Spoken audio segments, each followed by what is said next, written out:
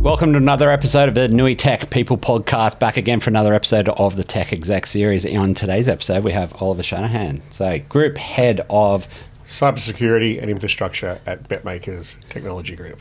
Thank you for helping me out with that one. Bit of a tongue twister. Yeah. Mate, for the audience who don't know who you are, I think you're probably one of the most technical technology leaders that I do know. Still stay technical, but we'll get to that in a moment. Let's wheel it back to the start. Where's the journey start for you and your technology career? Probably when I was young, like as a kid. I spent a bit of time growing up on the land, like without electricity, which is a bit odd, people think. But I think, and then my parents moved to a place called Hill End, which is out sort of between Bathurst and Mudgee. And that's when I saw the light, I guess, literally. And it's a funny way to put it. But yeah, so got in computers there. Not really computers. The first kind of computer coming back out in those days was like Commodore 64, that sort of stuff. So my cousins we had moved in with had one of those. I managed to convince my parents to buy me one, and that's probably where it all sort of started. So nice. Yeah, so pre-personal computer days, pre-Macs really, or Apple IIes and those sorts of things. But that's what sparked my interest, I think, really, right at the start. I just had an absolute love for them straight away. And then I found out, about programming, I guess. So back on the Commodore 64, it was, basic. So just learned to write code. Just I don't know, had a passion for that. Just being able to type things into the computer and have stuff come out the other side of it, essentially, Yeah, I think your experience at Commodore 64, mine was different. I think I played Space Invaders. And that was my first experience with gaming, or anything computers. So, mate, nice. So, obviously, technical from the get-go. It's an interesting career choice because sometimes we get tech leaders that didn't start out technical and then sort of came into that, and then other people that have just loved it from day one. Where did that journey take you from there? Just to probably jump forward a bit, I obviously went through high school. I did in my HSC, did computer studies, which was the first year it was offered in the HSC. But basically back then it was like the cooking class teacher reading out from a book and everyone just writing down what she read, basically. This is at Mudgee High School. Yule and Cole sponsored the computer room, so basically we had a whole bunch of 286 PCs, maybe a couple of Apple IIes or something like that, and I managed to convince the teacher to let people who could type fast enough just type back in what she was reading out. So improved my performance on the keyboard quite significantly, but it was good. It was a core foundation of just understanding, how things were sort of built and how it sort of structured. From there, came to Newcastle to study, did about 6 months of study, and then dropped out of that and went and got a job, basically. So I was working in a computer store out at East Maitland called Balin Computers. At this similar sort of time, we were playing around on bulletin boards. This is pre-internet days, obviously. So early days, dialing the bulletin boards, ended up getting to meet people in bulletin boards, help them out with their servers and their things and their hosting requirements, and that went on for a while. And then obviously the internet sort of the birth of the internet happened, and then me and a mate kicked off probably one of the second internet service providers in Newcastle. Yeah. It was called Crosslinks. It was like actually off the back of a security company here at the time. Yeah. So I ran. It was above. I think it was like Rundle's, a clothes place in town. On King Street there, or was it Hunter Street? Yeah, I crawled between the two levels, dragged the phone line cables, 20 pairs of phone line cables across to the front where the office was, and we had set up like a Linux Slackware box, Cyclades, multiple communication ports, like then we had like, was it 15 Maestro modems, which were answering all calls, and we built out the whole basically authentication accounting system. Yeah, so times have changed a little bit for you. Yeah, much easier than that now. After that, got a job in a mining company in the IT side of stuff out at Maitland. A company was called Pulse Mining Systems. Yeah, another Newcastle success story. Another huge success story in Newcastle. Dave Dunlop used to be the sole director back then. Great guy. We always got along really, really well. So I got that job basically for word of mouth from my mate who I started the internet service provider with. Yeah. And then he was one of the smartest guys I ever met, but a little bit unpunctual, I guess. And so they fired him 6 6 months later. So I just got dropped everything. And at that point in time, we had like servers integrated on the mine sites with the ERP platform, managing everything from pit to port essentially. But also we had IT support contracts for about 5 mines as well, where we looked after everything they had, computers, servers, networks, that sort of stuff. Mate, just on that part, being thrown right in the deep end, there's different ways. There's the whole, you can sink and swim, or you can, come into an environment, give it proper training and really built up. Mate, how do you think that sink or swim, being thrown in the deep end, do you think it helped you later in your career? I think it definitely helped me later. Like I'm always more about like hands-on. If you have a passion for something, like you really like something, then like you get more excited about the opportunity that gets thrown in front of you. You don't really think about sinking. You just think about, I'm going to figure everything out I don't know and how it all works, and just run with it. So I've always sort of lived in that space, like in the tech sort of space, being on the sort of forefront, learning new things every day. Like I always want to know how everything works.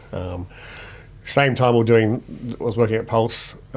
We started another internet service provider, me and a guy called Coscom Solutions. We ran that for like 13 years. It was based out of East Maitland. Yeah, wow. So that was sort of a side business as well. We had sort of running, I guess, for a fair period of time. We did like PC network support, But even I think one of the foundations at Bailey Computers there in East Maitland, I worked there for I think 3 years maybe.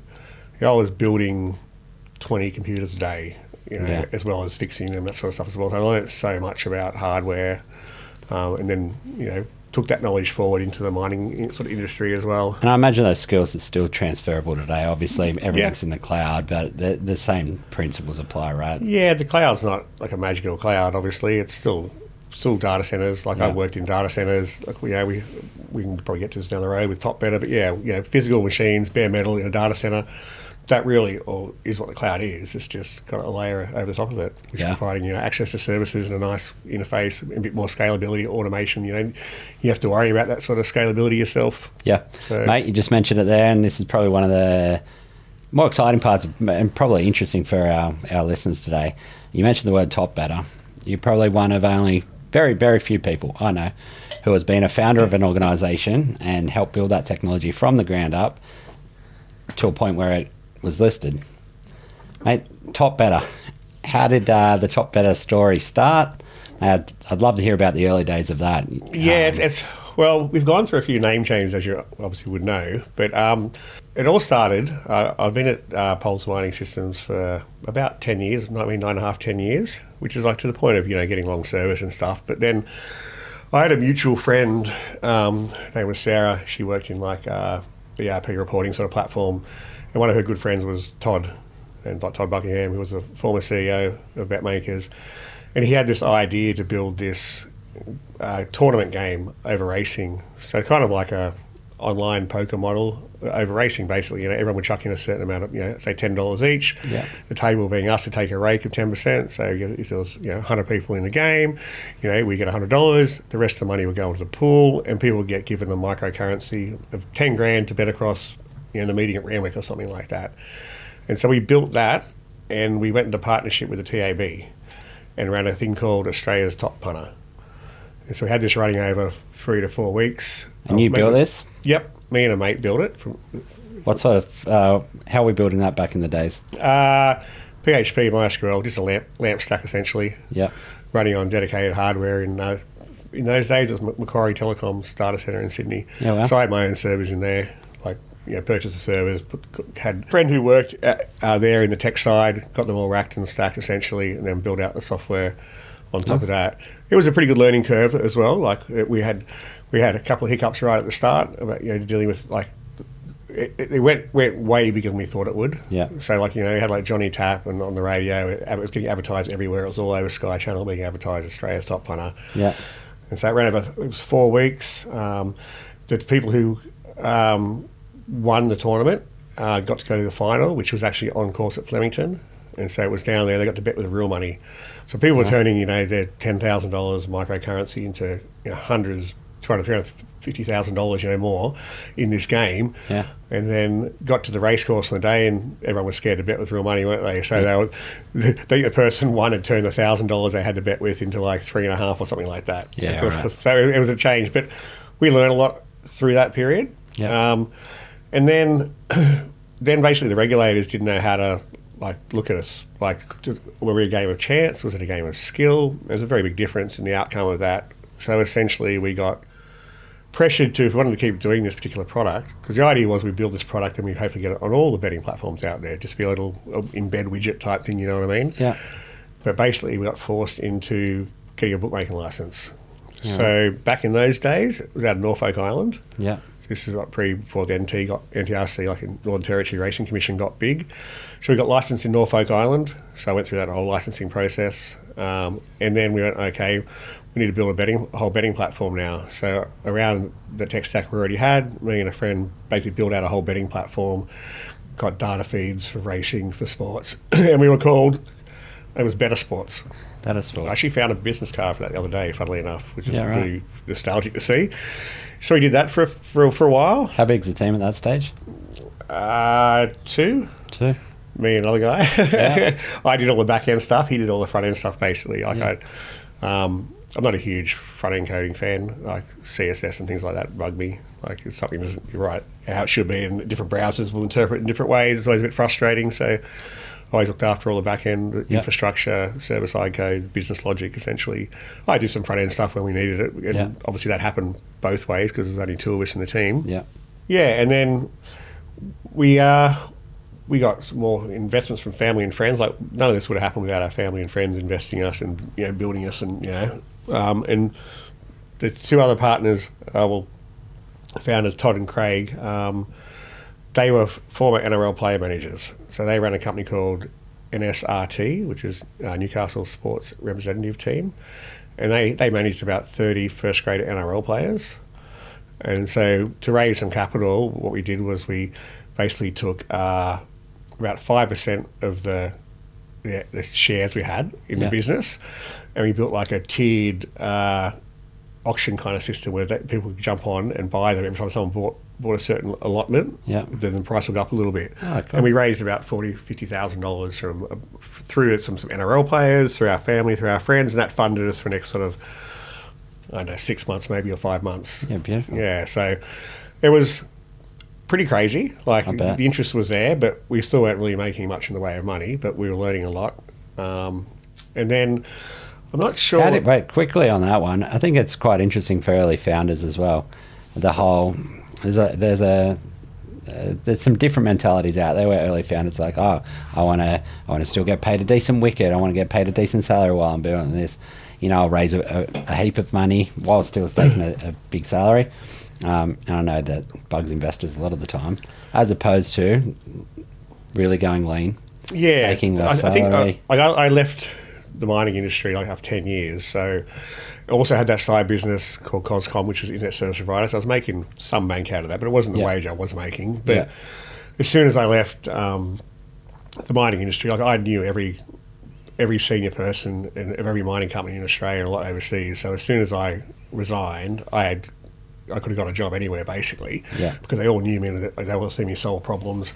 So in the end, I just did some consultancy work here and there as well. So basically, if it was a rainy day, I'd do consultancy. If it was sunny, I'd go fishing and we'd build this stuff at night time basically. But I had Xstrata Coal, Hilland Gold, and a few other fairly large mining companies that would give me as much money, much hours as I want, really not doing anything apart from just advising them on how to improve the technology, the implementations, integrations, that sort of stuff. So I was lucky in that sense, but it was all built off, I guess, the relationships I built over the time. So build a decent career, build a decent base, obviously a reputation for yourself.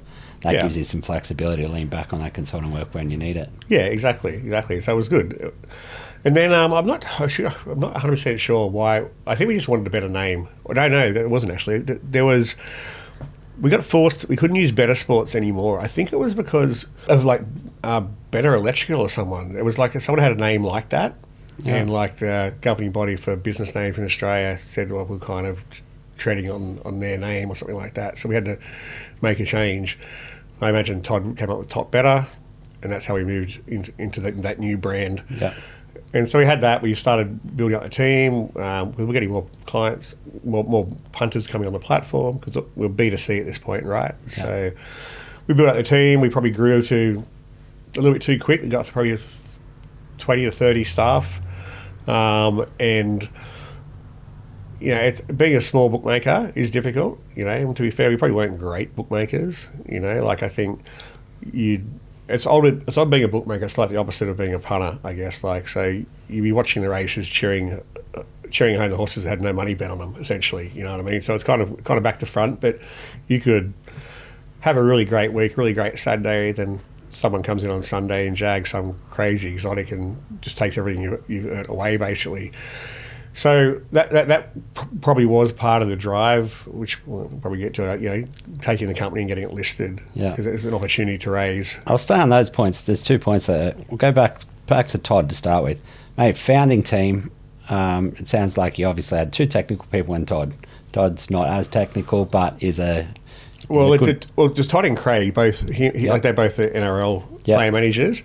So Todd is the ideas guy. I've never seen anyone like him, really. He has a lot of ideas, not all of them great, but he has a lot of good ideas. And so I'd be sort of sounding board. I had my mate, who was the other tech guy, work with me. I brought in, and then Craig was more like just operations management, people management, if you know what I mean. So that's where I was going with that as well. That the differences and the different skills that you bring into the table. Obviously, you brought the technical side, but you need that person to offset that ideas guy, the guy that's going to commercialize things, build partnerships as well. Is that, if you were to advise other founding teams or startup founders in trying to find that partner to go with to start with, is it finding complementary skill sets? Is it finding, hey, just double down on technology to start with? What would your advice be? I think it's an interesting concept. We've done a lot of stuff that works and a lot of stuff that didn't work over the years. It's been a roller coaster. But with Todd and I, Todd didn't come with a technical background, but he has a maths degree.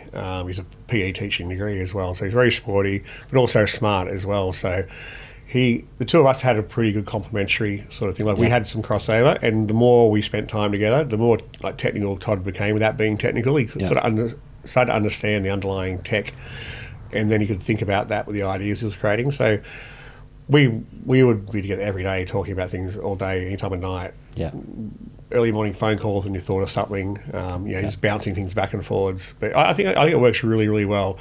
I think it's hard for any single person to have to know the full spectrum of things what you would need to know to get say something new and sort of risky into the market, especially in the tech space. Good ideas, good people, good contacts, and a good team is really important. Yeah, I think so. I think that well-rounded skill set, right? And I think that's what investors look for these days as well. So, maybe the other part you just mentioned there is you could build bank on a Saturday and then lose it all on a Sunday. Early days of small business, and I think that would break a lot of people. I think the mentality of not being able to sleep at night, you're losing money, you don't know where the next paycheck's coming from, how the business is going. Yeah. How do you deal with those early days? Because I'm sure there's times where you guys have had massive success and everyone's like, oh, sunshine and rainbows, you guys are so lucky. But not having seen those early days where I imagine there's sleepless nights. Yeah, 100% sleepless nights. Yeah, we're trying to build something and grow it, and then having to be sitting down, putting lines through people's names on paper. They're good people, good workers, because you can't afford to pay them. So, the business has to come first. The people who invested in the company, our family and friends. It was important that we looked after everyone and were, honest about what we could and couldn't do. It was certainly stressful, and I think in the industry we're in, it's probably most businesses don't suffer those super highs and losses day to day. Because we'll have an amazing day, and the next day it was just wiped out. Yeah. So it definitely was difficult, but just good team, good strong team mentality.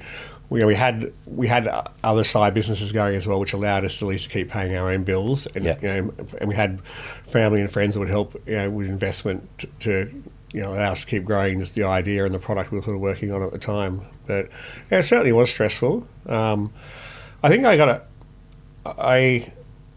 everyone can stress out. I think for me, the working in a mining company was probably a big thing for me to learn how to deal with stressful things, because we'd go into one of the mines up the Hunter Valley. We take the whole mine down to do an upgrade of a physical bit of server that manages everything from pit to port. So you start at 10 o'clock at night. Every hour it's down to $1 million.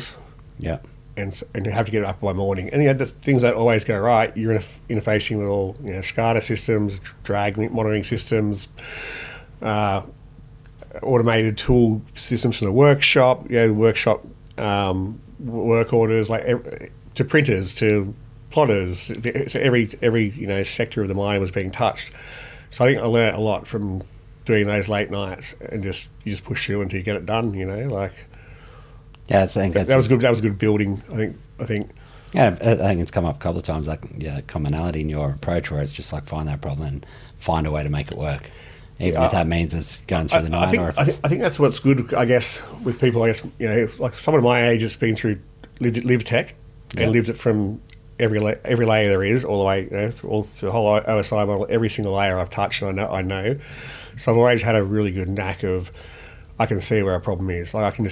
I can visualize the system in my mind and go, there's only so many points of failure, right? Yeah. And isolate where it is, And so that and being able to do that without being stressed out, definitely helps a lot. Yeah. But it comes with experience, I think a lot of the teams nowadays, people are building stuff and doing stuff, but they don't really know what's happening underneath the skin. It's just they're on the sort of surface layer essentially. So.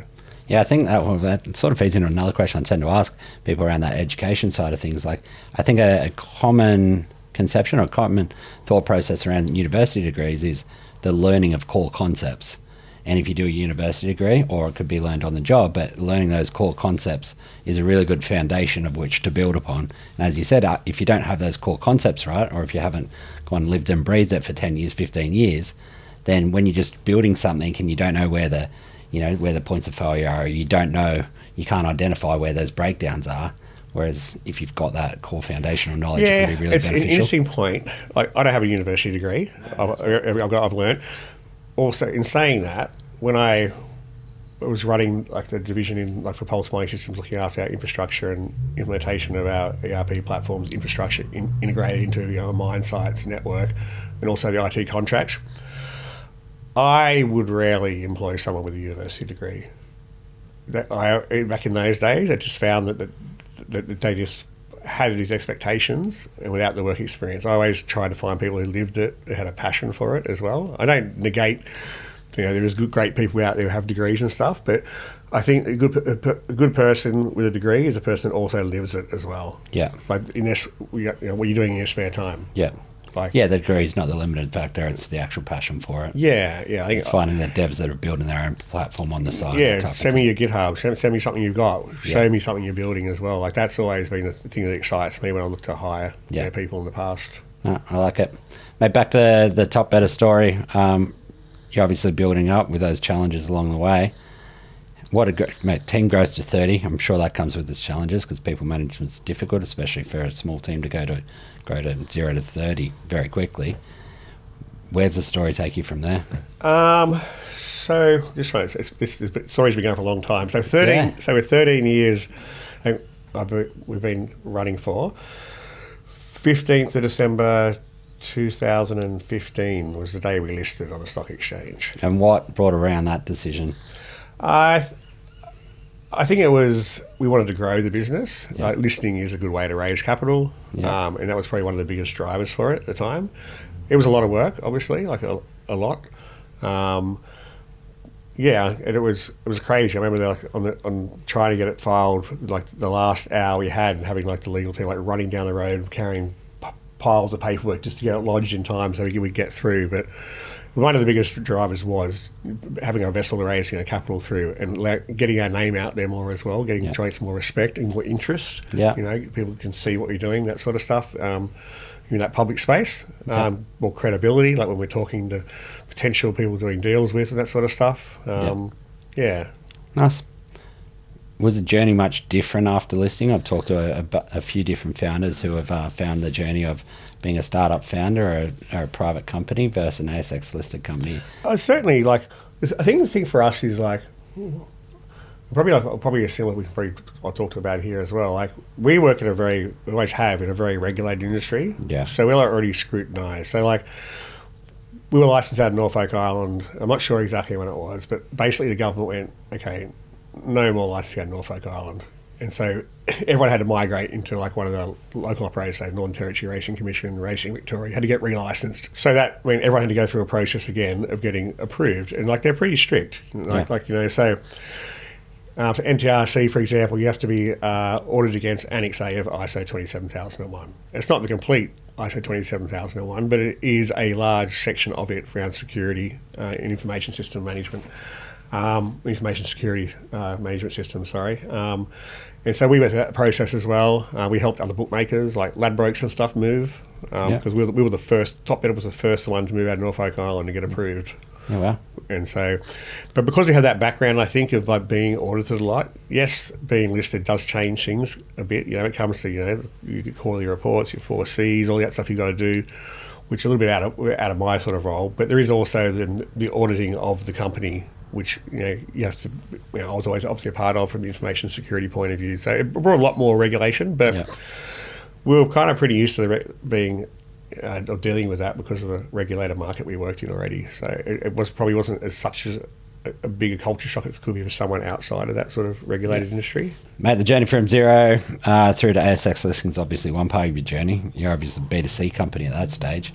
I know you did make a big pivot to a B2B organisation, which also included a couple of acquisitions. Mate, let's talk through that journey, because I think that's quite an interesting one for any technology professionals building a company. Like, who is your market? Is there a pivot needed at some point? But they're also like acquisitions. What's that look like? What's the reasonings behind it? Some challenges. So, yeah, I think that's I mentioned earlier. Like bookmaking was a pretty ruthless industry, and we never really got the scale of our clients of the right sort of waging appetite to ever be safe enough, if you know what I mean. We're competing against all the big names. Yeah. They have marketing budgets, more than we get turned over on our platform, you know what I mean? So we really were no chance of competing. So we sort of made a decision to get out of the bookmaking game and pivot from B2C into B2B. And the way we did that was there was basically two companies in the industry, one called Dynamic Odds, which is a trading tool that most of the bookmakers trading teams used. Like, it basically was a table visualising the odds in the market from all bookmakers around Australia and around the world. So that tool, and then the second thing was a company called Global Betting Service that was providing all the racing data to the bookmakers. So we were listed on the stock exchange at the time, so we raised money and we bought both those companies. I believe it was for 10 million each. Yeah. And so basically we try to take over the other side of the tooling and the data feed sort of side of the market and try to sort of monopolise that area. And so rather than being worried about how much money we make on the book at TopBetta, we basically straight away invoicing every betting company called Bookmaker Australia, TAB, a whole bunch overseas every month, guarantee without any risk. So more of a data play than actually a BC play. Yeah, exactly. We improved on those services, we rebuilt those services, we value added to those services as well. So we already had these integrations. Like the data feed was a really good one because these bookmakers had a single point of integration with data being normalised from all the rights holders around the world. So it would be Racing Victoria or Rice, what they call back then. PMU, French racing, UK racing, US racing. We had a data feed from all the rights holders. We could then give it to the bookmakers that, based on the licenses they had to have the rights to have that data, and deliver it in a normalised format to them. And so then we started value adding. We brought in more feeds, we brought in extra rich content, and we were able to upsell to those existing clients that had already done the integration work already, and it wasn't anything extra effort for them to do anything. What does that integration look like? I imagine when you're buying a data company and then you're having to integrate that with everything you've already got. How many data points are we talking about? What does that process look like? Is that a difficult process? We purchased a company that already had the integrations with the bookmakers already. Gotcha. And we had integration with them with TopBetta as well. So data points is like millions and millions and millions, like tens of millions a day. Like, not even thinking about pricing, which obviously fluctuates ridiculously. It is a major job, but when you acquire companies, there's also you buy tech debt, which I'm sure most of your listeners would be pretty acutely aware of seeing and dealing with. And so we then had to kick off a journey basically we need to bring this up. Like the system worked, but it wasn't really scalable. It was getting pushed to its sort of boundaries already. Quick question on that one. That due diligence project, I imagine from your side, when you're looking at another company, you're looking at tech debt. if another company out there was looking at purchasing another company, looking at tech debt due diligence, any advice that you'd provide anyone in that situation? I think the key thing is that know what you want. Like, what are you going to get? What's your expectations? What are the key sort of metrics that you key data you need, or the key functionality you require to get out of this, and is that in place today? Yeah. And and on top of that, what is your goal to do with that data points, or those key bits of functionality? Are you going to grow on them, expand on them? Is it just a set and forget? And if it's something you're going to grow on, then is what's there scalable? Yeah. What documentation do they have around it? What knowledge is there? Because one of the biggest issues with buying anything legacy or from someone else is, how does it work under the hood? Yeah. How is it built? Is it built to best practice? Is it like today's best practice, or is it still like a decade ago's best practice? Yeah. And does the way it's been built mean it's like a big monolithic application, or is it sliced and diced up nicely so you could potentially horizontally scale it maybe? The stuff we bought didn't have much of an opportunity for horizontal scaling. It was all about really just throwing more compute or memory at the thing, like vertically scale it. But we were aware of that as part of our process, and we knew that was okay for this point in time.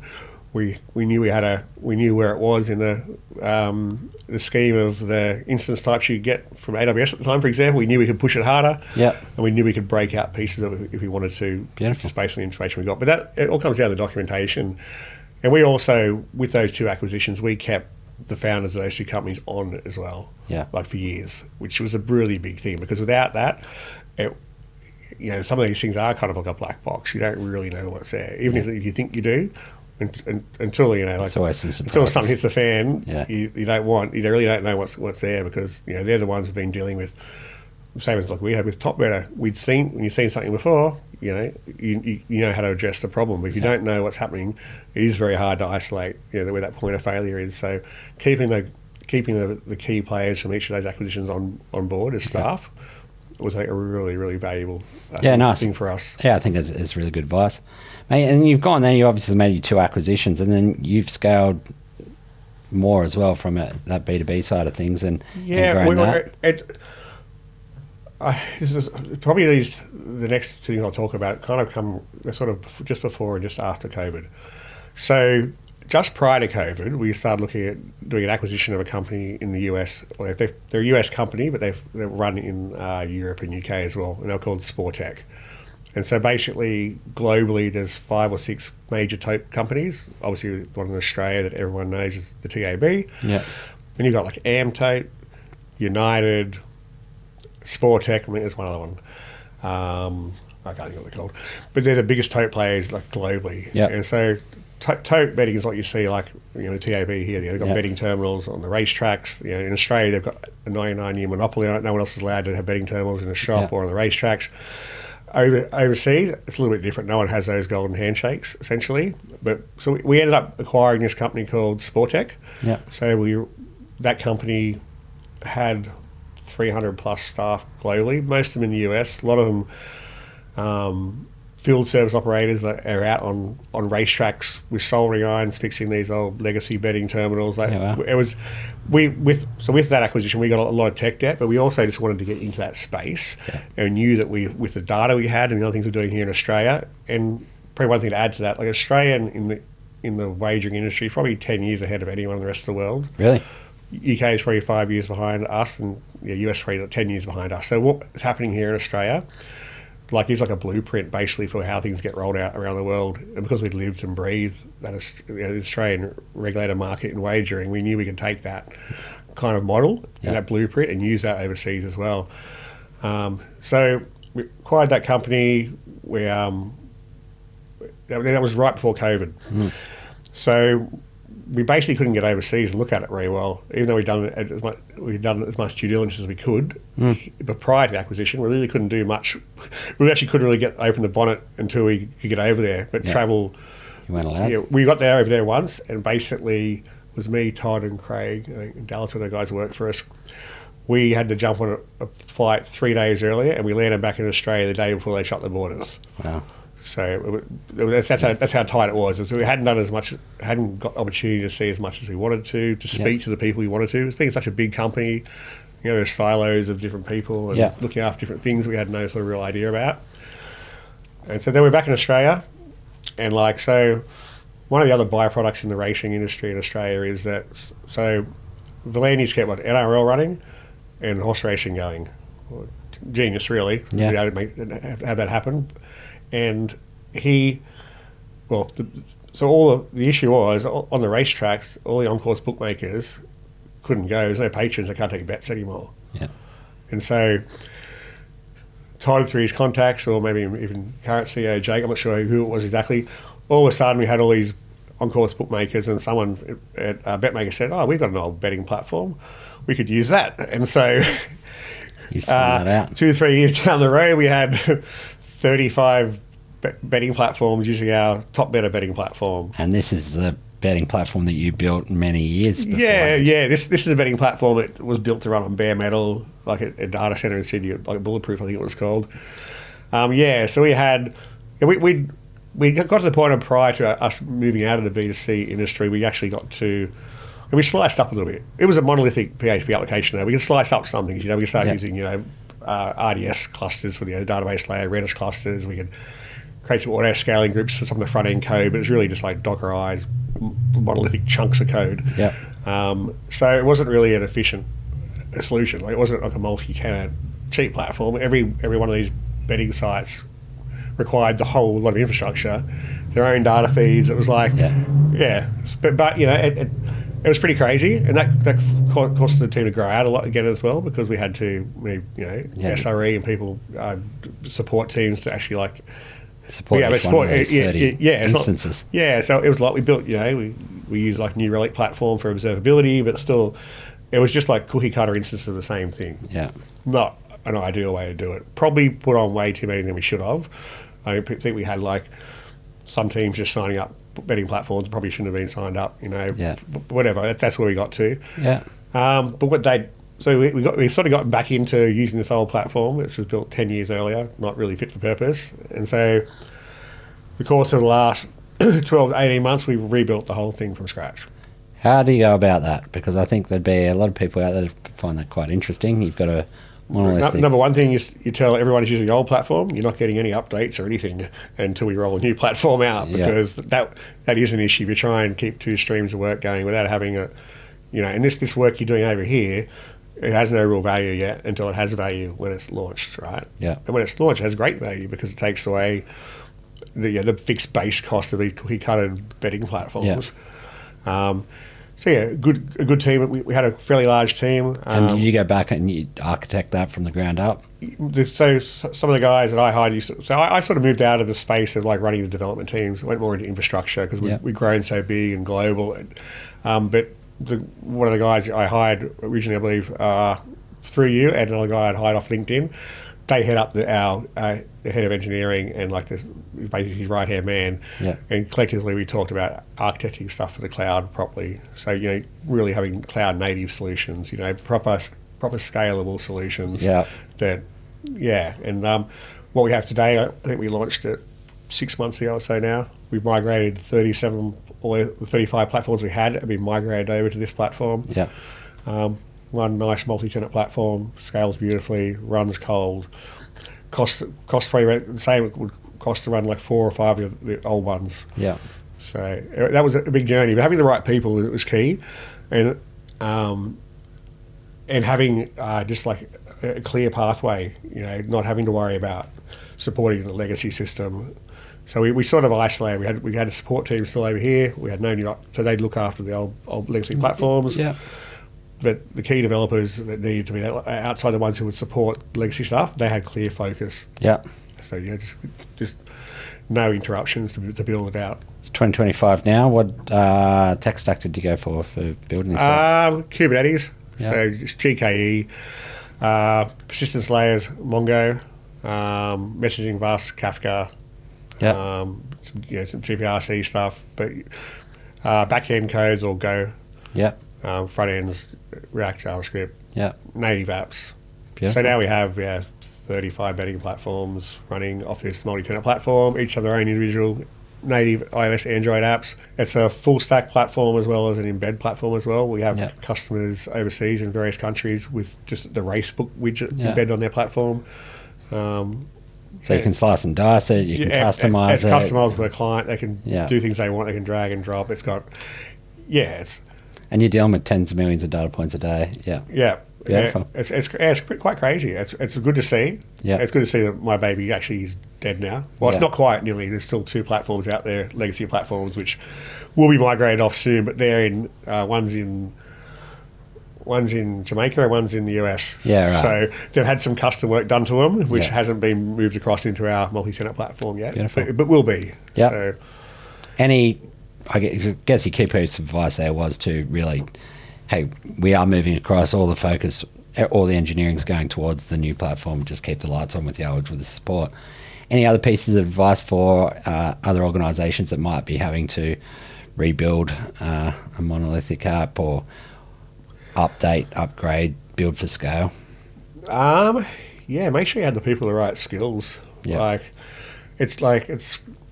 A lot of people using Kubernetes clusters now, right? But a lot of people really don't know how they work, underlying how it works, and you can get caught out. So having people with the right skills, the right training, well worth doing. Linux Foundation training across Kubernetes is probably one of the best training courses. Anyone should do it. Yeah, without a doubt. They've got the Kubernauts programs, do 4 Kubernetes certifications, and there's only about 2,000 people in the world have got them. Yeah. Having that knowledge underlying, if it suits, look at Mongo over SQL. Mongo is unbelievable. Scale fast. It's one of the most amazing things I've seen in probably a long time. It was the first thing I've seen in tech for a while. Outside of Kubernetes, I just went, wow, okay, this is done very well. Beautiful. Nice. Mate, we've talked about data points there in a significant part. Obviously, you strong infrastructure background, highly regulated industry. We're talking security now. How has that journey been for you? Obviously, you've mentioned it's highly regulated industry. You've sort of had to be up to date with security your whole career. But is that something that you obviously continue to prioritize, continue to upskill in? Obviously, when you're running a listed company, you're talking about tens of millions of data points. Is that something? Obviously, security is a big issue for any software platform at the moment. Yeah, it's massive, and it's ongoing. It never ends. It's a battle, just 24/7, basically. Not only we're a listed company. I think about 3 years ago, September, we got the company ISO 27001 certified. Yeah. So that means you have to have a really good information security management system, processes. It is a tough certification to achieve. If you do it the right way, there is ways you can get around it, but to do it properly, it is a very tough certification, and it puts in good processes and practices, and keeps you on top of things. You get recertified every year. We're coming up September this year, we're going to be recertified against the new version, which is 2022. The old version is 2013, so you can imagine it's a little bit outdated. Yeah. So that's been a really useful thing. But it's, we're under cyber attack 24/7. Yeah. So, having the right, having stuff built the right way, using the right tools, SaaS and DAS stuff in your CI/CD pipelines, is automating as much of that security stuff as you can, that visibility, whether you're using vulnerability scanning, like we use a GitLab Enterprise, for example. Our images, our code is all scanned on every run. If something fails, it won't get released. They're just little things like that. Security awareness training as well. Yeah. Having developers regularly undertake security awareness training, best programming practice in that space as well. Yeah. Having the IDEs run scans as well, so before they get into your pipelines. So you're saying it's good from top to bottom of your tech team. It's not just the security. It's not even just tech team. We have we have training sessions for all our staff globally all the time. We send out awareness emails and Slack messages every 2 weeks. Yep. Anything major comes up, like a Qantas breach or anything like that, we talk about it to the wider community or the wider audience of our staff. Yeah, just to make them aware of the risk, what you're likely to see happening now. So and obviously running proper security, mobile device management platforms on each end users' devices, setting a nice perimeter where there's not doors open all over the place. Yeah. You have a perimeter that's secure, and it's the same for everybody. Yeah. But yeah, it's an ongoing thing, and it's driven heavily and strongly by our board as well. It's very, very important. We have PII information as well. Obviously, the risk of the laws in Australia have changed recently. The fines have gone through the roof post some of the breaches that happened through insurance companies and telecommunications companies. The fines are like tenfold now. So losing people's private information would be, could break a lot of companies very easily. For sure. So we take it very seriously. We work through Europe and UK and stuff. So GDPR. US has its own privacy laws as well, so staying up to date with all those things is it's a never-ending job for us. Just really just stay on top of that and be aware and watch our systems. Make sure you have the right tools in place. Yeah, and the key is just watching and staying up to date. Yeah, staying up to date brings us to the conversation around AI. So I think you've made mention today a couple of times, right? Having that really deep technical knowledge has set you up for success. You understanding the fundamentals behind it, of which, you can then rebuild it the right way, break things apart where you need to, carve off what you need to, rebuild, refactor. Those core understandings, I imagine, put you in a really good spot to then have a look at the latest and greatest tools and see how they might fit into your stack or fit into where you might be able to get the most value out of them. We'll start with how are you currently using AI within your team, and then I want to break into sort of how you personally staying up to date. I think we do a lot of ML stuff we have for ages. Like obviously ML is not AI, but we do a lot of that from our rating systems. Like we offer like enriched tipping services, that sort of stuff. From the AI space as a business, we leverage it for generative AI for writing form and race tips and stuff. In platforms we sell that via our Race Lab brand around the world. That's probably one of the main areas used from the product perspective. We've got a couple of things in the pipeline now with our new multi-tenant platform, which I can't talk to you about. Yeah. So you watch our platforms and you'll see that what's coming up there. But you can see what bookmakers are doing. You see what Sportbet's doing now. So that's the way the market's going to go, without a doubt. With what's going to win the next race, so and so, that sort of stuff. But there also is a concern of how good does a bookmaker want it to be too. So you need to be obviously cautious from that perspective.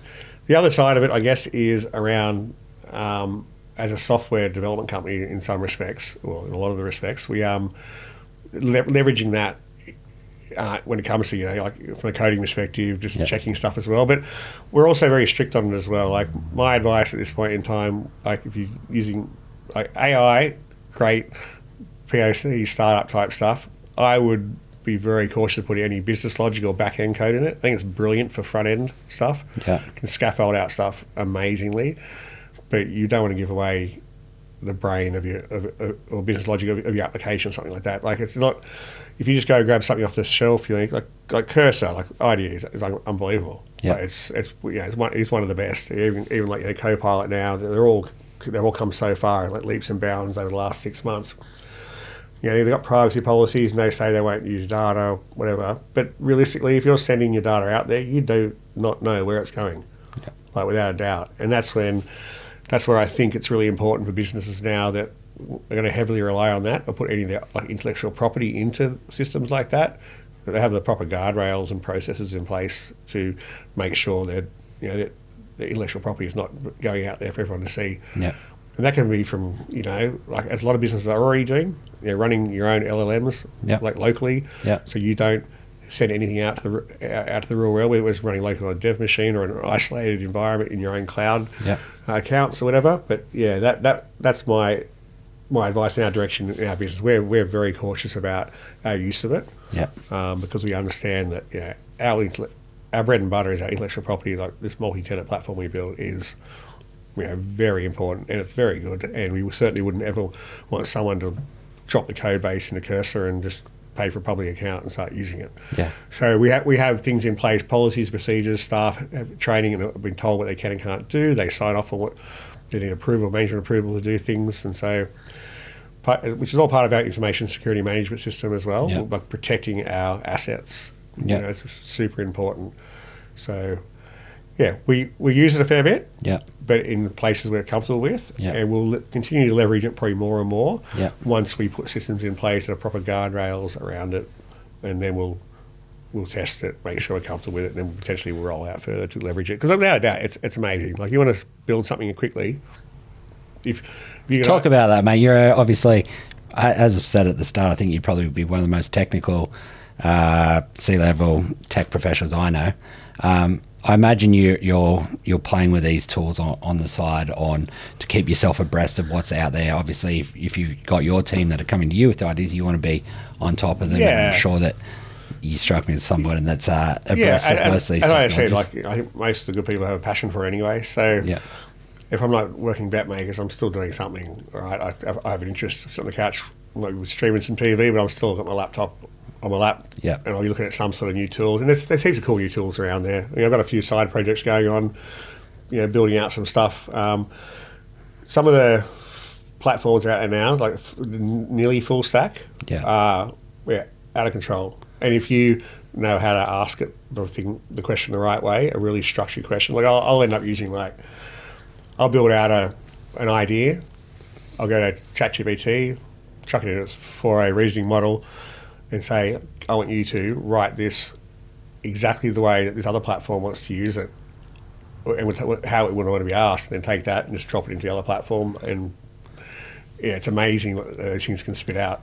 Yeah, I think that days of like the building a POC or building that MVP level with this is obviously going to change things up. Oh, without a doubt. I think it already is. Yeah. I think one of the key, we sort of mentioned this before in our own chats, but that's the thing I think we have to be cautious about. Like, anyone can build anything like now with these tools, like, really. But the issue is, like, they're not built for scale. Yeah. Like, even if it was built securely, and you like for me, like, I don't ask these platforms to do anything I couldn't do myself. Yeah.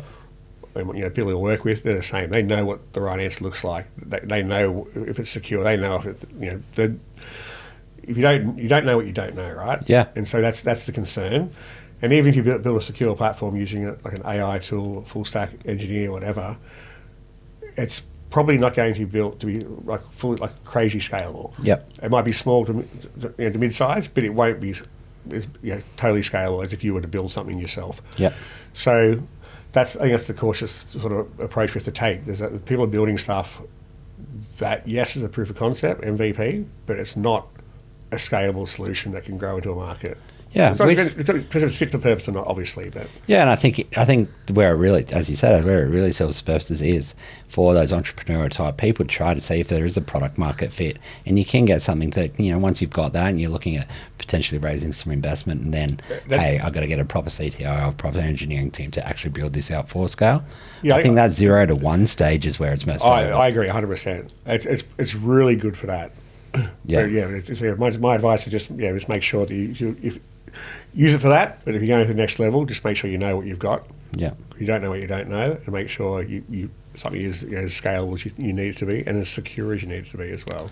I think that probably comes from a head of infrastructure and security background as well, right? Yeah, I've always been in security from early days of the internet to, I used to run all different levels of Cisco routers, and I spent my time in the terminal more than anywhere else. Like, there's not many tools I use. I don't know what happens under the hood. Yeah. If I'm using Git, I'm in a terminal. Yeah. And when it comes to this, so for advice for, I guess, junior engineers or somebody who's trying to grow a technology career, how do you stay abreast of these technologies? It seems like part of it is playing with these new tools. Part of it is getting under the hood. Is it playing? Is it getting involved, getting your hands dirty, or is there other educational forms that you use, that you go to, books, podcasts, blogs? How do you go about it? I probably don't read or listen to as much as I should. I'm more just a hands-on guy. Yep. But that works, I think, for me because of my experience. Yep. I think if you're greener and you're new, finding good podcasts, like speak to people who are in the industry, with your peers or who are more senior than you, your friends, whatever, and find out what are the good podcasts in that particular sector of technology you're interested in. And listen. Podcasts are great. If you have to travel anywhere, have a podcast on. Don't listen to the radio or Spotify. Like, I think it's definitely worthwhile if you're greener to research stuff like that. For me, I get exposed to a lot of stuff through work, through my side projects, through friends. I'm living it every day. Yeah. So I either tend to stumble across it, or someone tells me about something, or if I don't know, it's like, oh yeah, I saw that last week. And you go play There's with a couple of email things like TLDR. Yeah. I get a couple of things like that. They're worthwhile having drop in your inbox. Yeah. But until you sign up for 4 of them, and then your inbox gets flooded every day. yeah, it turns into like Temu email. Yeah, I've done that. Just to continue down that AI route to finish up, mate, what do you see happening in those next 3 to 5 years? Obviously, we're talking about agentic AI coming. I think ChatGPT released something this week with their new agentic version coming down the line.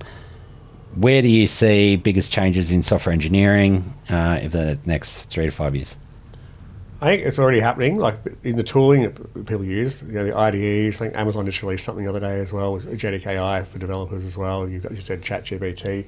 Yeah, there's a lot of new tools, which means there's going to be a lot more stuff in the market coming out faster and faster. Then these tools will be used to build more tools. Yeah, I've honestly, very hard to predict where we're going to go. I think it's just my biggest concern, or my biggest thoughts around is just I hope things are secure and we don't have all this stuff out there in the world just being, used in botnets or other crazy things like people's lights and fans being to DDoS platforms and things like that. It's just a crazy space we're in right now. It's really hard to predict, I think. Yeah, nice. And I think it also comes back to the start of your journey as well, where you're staying really technical and new things coming to market, but having that founder or having that co-founder alongside you that can help commercialize something, I think that's going to be a big difference going forward, because as you said, there's going to be a lot of great technology out there, but there'll be a lot of overlaps, and how do we differentiate, how do we actually break into market? It's going to be a real challenge. It's going to become very saturated very quickly, and so VC funds and that sort of stuff are going to have to start being way more cautious than they are for the next newest and best idea or the greatest thing. Nice.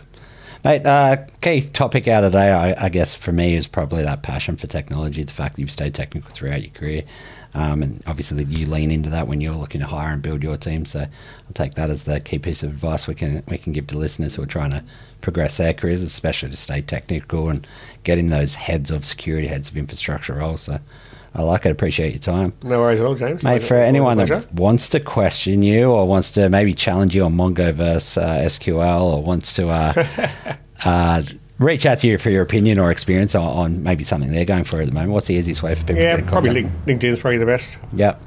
No worries. We'll link that up in the show notes, and then reach out. So appreciate your time again today. No worries, mate. Thanks very much. Always a pleasure.